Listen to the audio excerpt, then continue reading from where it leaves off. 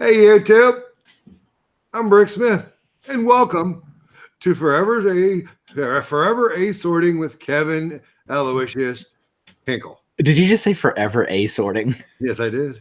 That is to see if you're paying attention. Forever. So first name forever, middle initial A, last name sorting. Correct.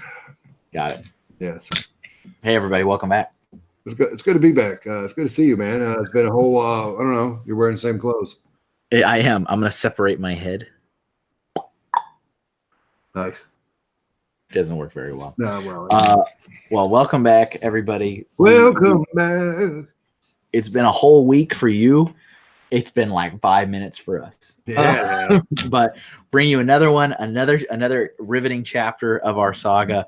But I'd be remiss if I didn't give us a proper introduction. Absolutely, Kevin. Welcome back. We're here. Another episode of Forever Sorting. What is it? Forever A Sorting. There it is. Forever A Sorting. Our episodic tale about me and my life, which we are coming to a close, people. And then we're going to start talking about all kinds of fun stuff. The end is nigh. The end is indeed nigh.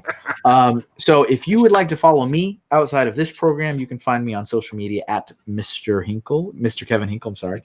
And if you'd like to find, everybody. I know you did throw me off. Find information about my freelancing. You can hire me on. I'm a freelance artist. You can go to kevinahinkle.com, or you can find me on social media at Mr. Hinkle Draws. That's where I share my artwork. Bricks in the Middle is another service I like to mention here. It's a comic series I make for Lego fans about Lego fans. Bricksinthemiddle.com is our website there, and at BITM Comics on social media. We've got some new merch in the merch store if you want to help support. Merch in the merch store. Appreciate it. Merch in the merch store. And A-Full Shirts is another service, and I run that with Clutch from Bricks on the Dollar. Not Clutch. So not Clutch. That's the evil Clutch. That's the other one. And that is a monthly subscription service where you can buy Lego inspired T-shirts.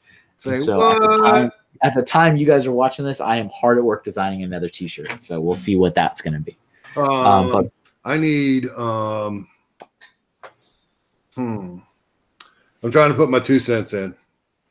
Well, so I did a survey, an unofficial survey. Unofficial. Got it. On my social media channels a while ago, maybe a month ago at this point. Sure. And I said, hey, I'm doing another shirt design. I'm curious what theme you guys want me to do. And the one that had the most responses was Alpha Team. Gotcha. Which is what I did this current whatever month we're in. Whatever shirt Bender's wearing in the live stream. Got it. Whatever shirt is out right now. Whatever Brick Bender Underworld is wearing. Got it. The second most requested was Exo Force. That was the second one. Oh my! So I might try to do Exo Force, but you need to do that Exo Force with a big wheel. I'm still, the giant wheel. I'm still that thing. Really like racking my head around trying to make a Western shirt, and I feel like because Western is so near and dear to my heart, and it's my favorite Lego theme, I have a very high bar for what I want for a Western design. Well, here's what I should say. Here's what I say. Start working on it now for your 2-year anniversary of the A-Fall shirts. That might be, I've done some like very quick sketches. Keep sketching. But nothing I'm like, oh, that's the one. Like I haven't. Right. But I've also, over the whole program, the longevity of the service, I should say, there's been some really cool designs, and I'm like, I would do so many more of these if I could. Like the original Barracudas, like the team jersey. I like that one a lot. I would love to do like a bunch of them, like a bunch of different teams. Yes. Another design that I really like was actually the most recent one, which was the Black Falcon's castle design. So using the elements in the set, like the weaponry and the minifig stuff, but using all of that to make a design, so it all made the Black Falcon's shield logo. Yeah. I could see a bunch of those, like taking a bunch of like Western items and making a Western image or whatever. Like, so there's been a few that I'm like, this is really good for like a series, but the A-Full Shirts program is really about mixing it up every month. So it's like, all right, gotta put that in the back burner and go to a new one. But who knows? Maybe in the future I'll keep expanding on some of those other ideas. All right. What But are the chances we could get 2 a month? 2 a month, I don't have enough time in the day. All right. Well, I had to ask Yeah.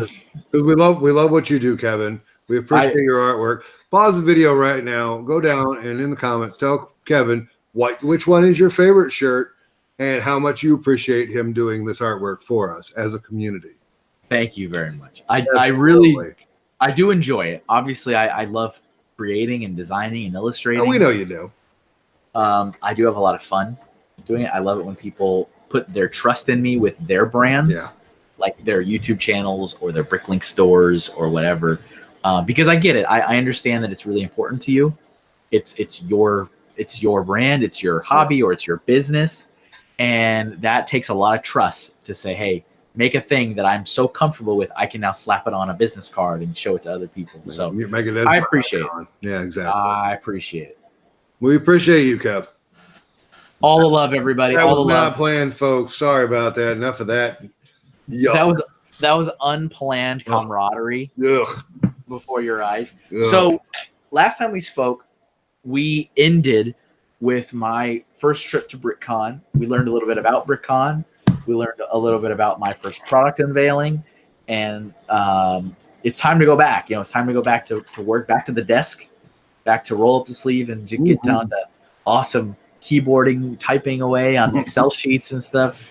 Because I have 2 whole months before Brick Fair, Alabama, and there's some things that need to be figured out in those 2 months.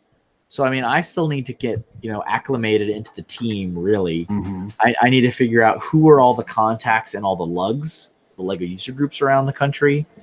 At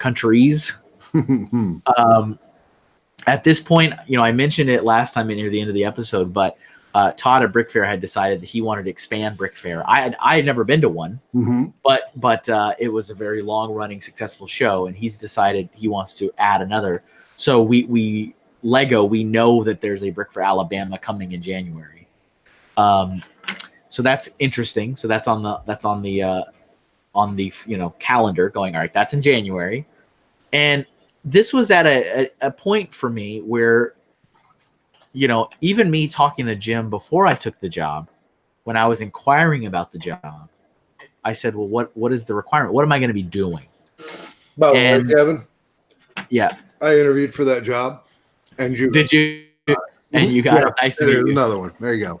Nice to meet you. And Jim told me, this is the guy he's the hiring manager, and he said, well, there's a lot to the job, but a major portion of it, like 75% of your time, is traveling to shows and representing the company at these shows to a fan base. And so that already in my mind goes like, okay, a lot of my job is just traveling and going to shows. That's my job. And I asked him, I was like, well, what do I do when I'm not traveling to shows? He's like, well, you get ready to travel to more shows. And I was like, okay. So that was a pretty big factor. Is, all right, well, what am I going to go to next time? And, just like everybody, like when we travel, we need to book a hotel. We need to rent a car. These are things that I had to do too. LEGO does have a travel agency that you can just, if you're executive, you just want to throw your information and let the travel agent book it, you can. Mm-hmm. And most people at LEGO do that. Most of them, like a vast majority. But there's also a fee for that. There's an internal fee. And when I joined, Jim was pretty clear that the community team's budget is kind of minuscule. And so if I could find ways to save the budget, do it. And he shared with me that one of his ways he has found to cut money was to book all of his travel himself. Oh. So, I mean, of course, we all have LEGO corporate cards. Everybody has a corporate credit card. And so, he's like, just, use the same airline, because LEGO has partnered with an airline. At the time, this was United. Okay. Use the airline, use the preferred hotel, which was Hilton, but don't go through the travel agent, because you're going to get hit with a $50 travel agent fee every single time you talk to them. Wow. And that's true. You do. It could have changed at this point. But back then, anytime you shot off a thing saying, travel agent, book me a trip to Los Angeles. Yes, they take care of the work for you and they book it all, but then you also pay an additional agent fee. Yeah. And so he was telling me, he goes, look how many times you're traveling per year. whatever 8 times, because we're also including Denmark trips. He's like, that's hundreds of dollars a year, Yeah. $500 a year or whatever that we're wasting, and when we can just book our travel ourselves. Sure. And so I said, okay. So I'm booking travel for shows and events and stuff like that. We were also in a point where we were trying to figure out what is our presence at these shows. Mm-hmm. Is it me? Is it just a human being standing there, shaking hands, saying hi? What questions can I answer for you? Is it a table? Is it a booth? Like, what is the experience? What has it been? Hold on. Sorry. I had some music in my ear. What has it been? What could it be? What should it be? So we spent a long time kind of figuring out what we wanted to do. So there was a Lego booth. Yeah. A Lego booth that had been traveling around a little bit in the past. And I thought it would be a good idea to re-explore it and bring it back. So that was also on the agenda during these 2 months, is to look into, should we bring back the Lego booth? And the Lego booth sounds intricate. It's not. Yeah, right. It's basically taking 2 of the normal stock tables you have at a show and putting a nice Lego branded tablecloth on them instead of the regular black one. All right. And you have like a back drape. So it's like there's a couple poles, maybe some lights, and some drapes with some generic Lego branding. So we were looking into that, seeing like, can we do it again? Should we do it again? There was also some cleaning up of the back end stuff. So as I mentioned before, my predecessor wasn't the best at keeping really clear notes and clear records of things, Right. which was also part of my test when I had to find all the lugs in the world, or all lugs in my area. And so now I'm in. So now I need to like get all my information properly put into a database that people can access. Right. And so that's what I was doing. I was doing a lot of integration into the office, integration into the team, getting all the information looking nice and neat and legible and shareable. And I mean, a lot of busy work, a lot of administrative work, and also just getting to know everyone at the office, because now they finally have a fan guy again. and do not underestimate the fan guy. Oh, yeah. Like everybody wants the fan guy there. I mean, that's very clear, and that was clear through my many years in the corporate office, is that people always want the opinion of the fan guy. They don't necessarily want the opinions of the fans, Mm-hmm. but they want to know what the fan guy has to say about what the fans are saying. Mm-hmm. And also, it doesn't necessarily mean they're going to change a damn thing, Right. but they want to hear it. Mm-hmm. And so I was getting included in some meetings, not as many as Jim was in. Jim was really kind of that guy on the inside. Mm-hmm. I was the guy for the outside, which is something that will end up being mirrored years later. But so in a very easy way to imagine this is, Jim was facing inside the company, I was facing outside the company, Mm-hmm. and we were back to back, same team, working together. But Jim was including me on some stuff, and that was really cool. Some of the things I got to learn being part of the community team is we punch well above our weight. So because fans are everywhere, because members of the Lego fan community are absolutely everywhere, Yeah. the community team has to be everywhere. Sure. So we have to be plugged in to product design. We need to be plugged into retail. We need to be plugged into customer service. We need to be plugged into Merlin Entertainment. We need to be plugged into Lego Education. Wait, We who? need to be No, I'm kidding. everybody, Yeah, I know. all the things. Yeah. And so, you know, We we need would to have, do an episode on Merlin Entertainment later on. we should do something. I mean, I don't know a lot, but we could do it. We do it. Yeah, we know enough. You know enough to do something. I know enough to do something. Yeah, you could be dangerous. And so that was one of the most exciting things about the job, is that I was meeting all these areas of the business that maybe I didn't even know existed, let alone who do I talk to that represents that area of the business. Sure. You know, thinking of me out in the old retail store putting products on shelves, I didn't know I was going to be meeting product designers one day. I didn't know I was going to be meeting the owner of the company, or the CEO, or the CMO, or the CFO. And these are all people I met during my time in the community team. I met the owner. I met the CEO. I met 3 of the CEOs, all of the CEOs. I met the chief financial officer. I met the chief marketing officer, both of them.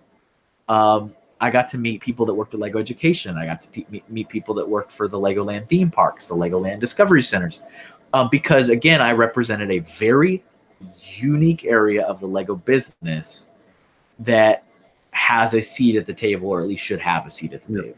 Hashtag all encompassing. All encompassing. There you go. And so there was a lot of stuff going on, which was fascinating and really exciting.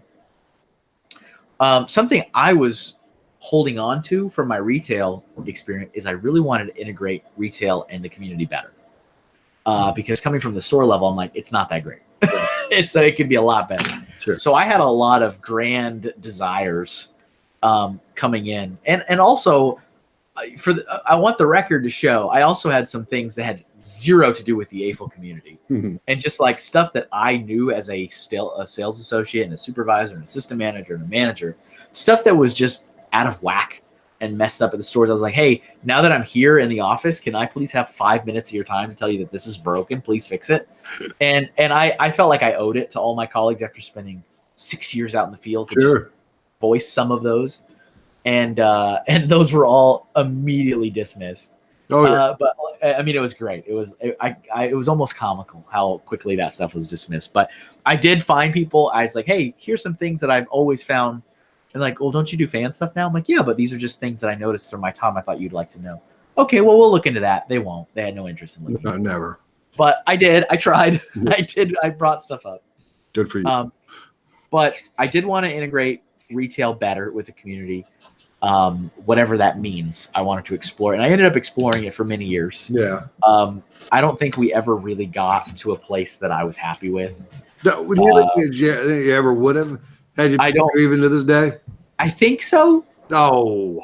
I think so because I think some of the issues were issues for stupid reasons. They weren't issues for like reasons that are not controllable. Yeah, I hear you.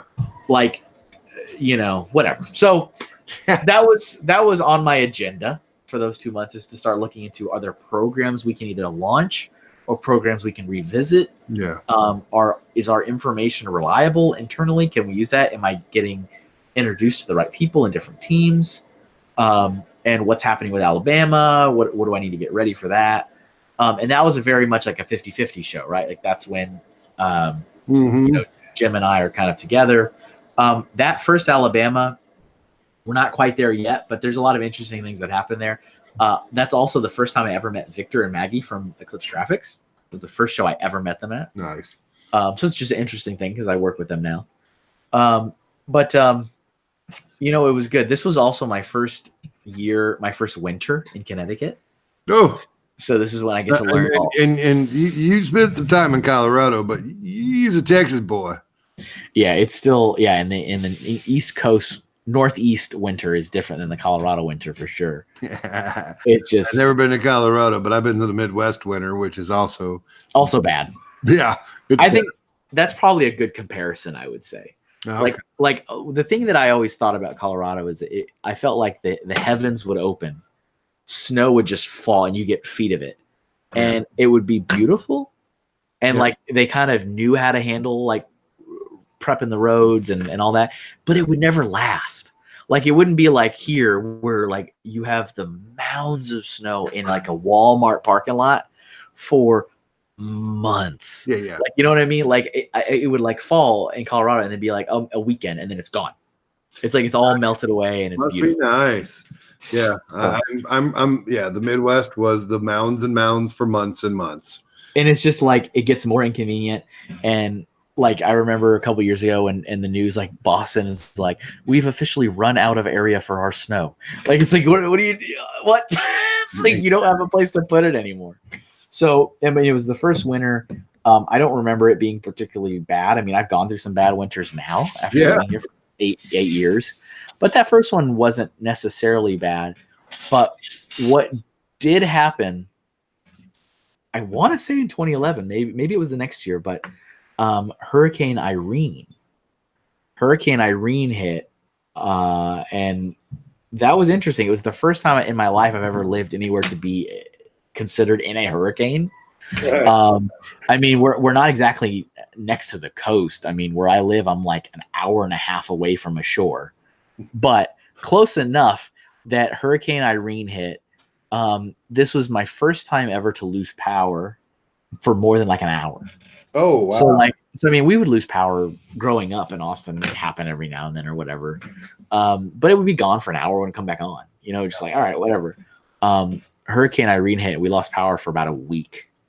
And I realized I got to learn, like part of my growing up, I got to learn, oh, this is what it's like when all the food spoils in your house because you have no running electricity. Yeah. All of your phone and your gaming systems all die because you can't charge them anymore. And you're like, oh, this is miserable. So, you know, there wasn't any flooding where I lived, but the hurricanes hit. The winds were strong, but I mean, not like there wasn't substantial damage in the area of Connecticut I live. The shore got all messed up. It's still messed up today. And they still talk about it every now and then, like, oh, we're still recovering from Hurricane Irene. But where I was, it was like, I remember going outside like mid-hurricane and I like had to walk my dog. And I went out there and I was like, this is so, like, there's a creepy air to it. Yeah. Like you go out and like, it's strong wind, but nobody's outside and nobody's driving. And like things that are slightly larger than they should be are flying around. Yeah. Like, you know, like a giant piece of siding or whatever. And you're just like, and you're like, I don't really normally see that kind of stuff flying around. Yeah. And it's just kind of weird. It's odd. It's like an odd feeling. But I had to walk the dogs and I'm You're like, preaching to the choir. We've been through half a dozen in the last half a dozen years. I know for sure. And it was my first one and it was living here. So that was an interesting thing I lived through. I mean, no, we weren't, like I said, we lost power for a week. That's what happened. But people have been through far worse. But that was an interesting thing. I remember that October during Halloween. Mm-hmm. That was the first time that I could recall where it was freezing for trick-or-treating, like so much so that like we genuinely felt concerned for our kids' safety trick-or-treating. Yeah. Because it was winter now. It's winter in Connecticut. And so my son had on his costume and it also had like a winter coat and like an extra pair of pants and like a hat and gloves. I'm like, you might as well not wear a costume. You might as well just wear your winter outfit and go door to door. Like that's what you should do. Yeah. But it was an interesting Halloween. I was like, all right, okay. Fascinating. You know, just getting acclimated again to this new land. Oh yeah. That I'm at. It's terrible. And yeah, and this is also I may have mentioned this before on some of our older episodes, but this is also when I'm getting used to the office, right? I'm learning the office and how the layout of the office is, where our inventory is as a team out in the warehouse, how that's structured. And like I said, there was no list of it, so that was on my to-do list was to make a list. Didn't you have a pallet? I think you told us that you had a pallet. Yeah, there was a pallet, and it had at this point it's already grown to like probably 4 or 5. Oh. But yeah, there was a pallet of like a banker's box of notes and stuff like that. But now there was some product, like we were starting to accumulate product. And this was something Jim had mentioned right there in the beginning. He's like, well, I really want to amass a healthy inventory so we can truly support the community. Nice. He didn't know what that meant. I didn't know what that meant either. And so like he was just using the channels and the programs that are available to us to just amass products so that when things came up, we'd have stuff. Sure. And so this was really the beginning of that. In its peak, at its absolute peak, I know I'm getting ahead of myself. We got up to, I think, 230 pallets. Oh my gosh. And then it backfired on us. I'll get to that later. But we started just really ramping up, and that stuff was used, you know, when like a show would reach out and say, hey, can we have any pricing for our auctions? I would go out there and by hand would pack up a box and ship it over and say, here you go. This is what I pulled out of the inventory. Nice. You know, and that continued for many years actually. But so getting a handle on the inventory and where it was and what does the list look like and how are we keeping track of that? All that stuff was in this period before Alabama. And my life really was kind of this, what's the next show? What are we doing at the show? And, oh, there's these little fleeting moments in between shows. All right, what's the next show? What are we doing? You know, like that was my mindset. It was always what's the next show and what are the little things I'm going to be doing here. I didn't have a ton of meetings with other departments. Like I said, Jim was inviting me on to some of them, but he was mostly tasked with that. That was what he was doing. But it was a pretty wild ride. So I think I don't want to dive too much into Alabama today during this one. I think I don't know what our time stamp is at. Okay. We're at a pretty good spot. Yeah. But yeah, this is as we keep going on, as we kind of finish out this tale, these last few years, the scenarios don't change drastically. I imagine not. Like I do end up moving into the house that I'm in now at some point. And the shows, spoiler alert, and the shows explode. At one point, we go from like 7 a year to like 15 to 18 to 20 a year. There's some pretty drastic changes in the team, but it doesn't, like, we're not going to be switching to new states and stuff like that. So the story will start kind of expediting a little bit. But I will be sharing interesting factoids along the way. What I think is really important now, more than it has been, is for you guys that have been here. I mean, this is the time to really start asking those questions, because like we're reaching the end, folks. And I know that a lot of you are probably very active members of the community. So this is where like you've kind of been waiting for, is like getting into the shows, getting into lugs, getting into lug bulk, event support, lug support, Lego certified professionals, and all that. Like, that is your realm. Yeah. But ask those questions, because I might not hit on what you want, and the question is going to help me. And then also, as we mentioned, I think last time, we're going to have a live episode next week. And so you can also ask then as well. Yes, please. Yeah. Live for Forever Asorting Live. Forever Asorting Live. But hey, thank you guys again for being here. Thanks for listening to me ramble on. I like to listen. What can I say? It's what I do. What I do. And Julian, as always, thank you for being here for the journey. You know it, man. Where else would I go? Oh. Everybody just stares at everyone and stare at camera. So, guys, Julian is over there. And Kevin's over there. There he is. And remember, everybody, thanks for watching. And you gotta sort those bricks. Bye, everybody.